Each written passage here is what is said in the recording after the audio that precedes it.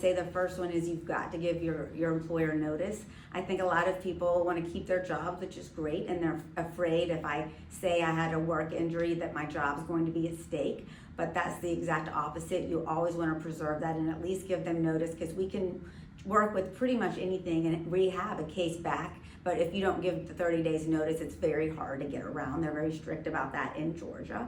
The only other thing that we see that really kills your case is if you aren't honest. A lot of people think, well, I hurt my back 5 years ago, but if I say that I hurt my back 5 years ago and I hurt it on the job now, it's not going to be covered, so I'll just say that I didn't.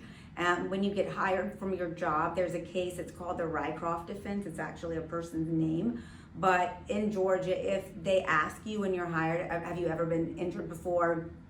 And you say no, and then you get a job injury, it's absolutely barred. The Rycroft defense just means if you were dishonest and when you were hired about pre-existing injuries, if you were asked, you have to be asked by the employer, then it's entirely not covered, no matter how severe your injury is. So those are the two biggest things that I would say you need to avoid that we can't repair. But everything else we can pretty much help and come back with and make the case a solid case.